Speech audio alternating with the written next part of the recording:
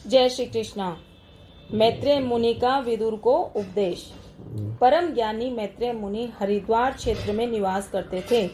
उनके आश्रम में पहुंचकर उन्हें प्रणाम कर विदुर ने उनसे कहा, महात्मन, इस संसार में सभी लोग सुख प्राप्ति के लिए अनेक कार्य करते हैं, पर इससे न तो उनके दुख दूर होते हैं न ही सुख मिलता है। इसलिए आप श्री हरि के ने राम कृष्णादि का अवतार लेकर जो लीलाएं की हैं वह सब मुझे सुनाइए। तब मैत्रेय मुनि ने उत्तर दिया, भगवान अपने परम धाम को जाते हुए मुझे आपको ज्ञानोपदेश देने को कह गए हैं, इसलिए भगवान की सब लीलाओं का वर्णन मैं आपको सुनाता हूँ। ध्यान से सुनना। आत्मा सबका स्वामी है और सर्वथा मुक्त है, वही भगवान की माया है। भक्ति योग से वह प्रवृत्ति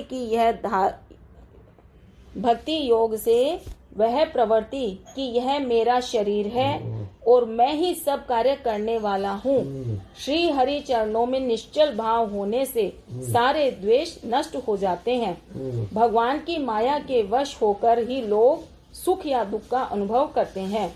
भगवान ने अपने तन से विराट पुरुष को प्रकाशित किया। उस विराट पुरुष को वेद आदि पुरुष कहते हैं। उन्हीं में ये सब लोग विस्तृत रूप से स्थित हैं। भगवान के दिव्य चरित्र जो जीव को जन्म मृत्यु के भय से छुड़ाकर अभय कर देता है, सुनने से जो पुण्य होता है वह समस्त वेदों के अध्ययन, तपस्या, यज्ञ, दानादि से भी नहीं होता। कहने का मतलब कि भगवान का दिव्य चरित्र का पाठ करना चाहिए, सुनना चाहिए। जब तक मनुष्य को मैं और मेरेपन का एहसास रहता है तब तक वह माया के प्रभाव से इस संसार से छूट नहीं सकता। आपका मार्ग केवल आपके गुण चिंतन से ही जाना जा सकता है। हे अनंत, आप नित्य हैं, अजन्मा है। प्राण त्यागते समय जो आपके नामों का उच्चारण करता है उसके सब पाप नष्ट हो जाते हैं। यह संपूर्ण विश्व आपके उदर में स्थित है। आप करुणा में पुराण पुरुष हैं। आपको मैं बारंबार नमस्कार करता हूँ। यज्ञ, दान, योग, सत्य, समाधि आदि सभी साधनों से प्राप्त होने वाला कल्याणप्रद फल भी मेरी प्रसन्नता है।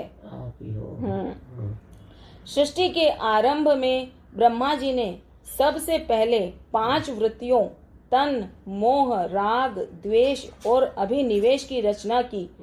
जब इनसे उनका मन संतुष्ट नहीं हुआ तो मन को पवित्र कर दूसरी सृष्टि रची। इस बार उन्होंने सनक, सनंदन, सनातन और सनत कुमार 4 मुनियों को उत्पन्न किया। वे जन्म से ही मोक्ष मार्ग का अनुसरण करने वाले और भगवान ध्यान परायण थे।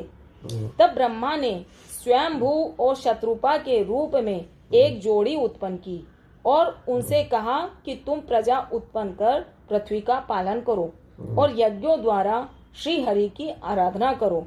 उस समय पृथ्वी जल में डूबी हुई थी।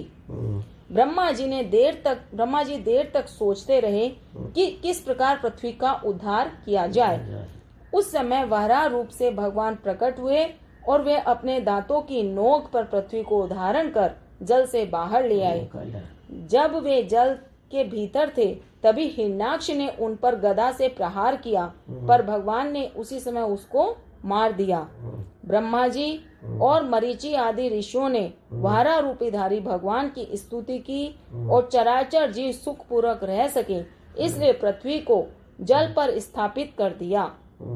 तब स्वयंभू मनु व महारानी शत्रुपा वहां आराम से रहने लगे।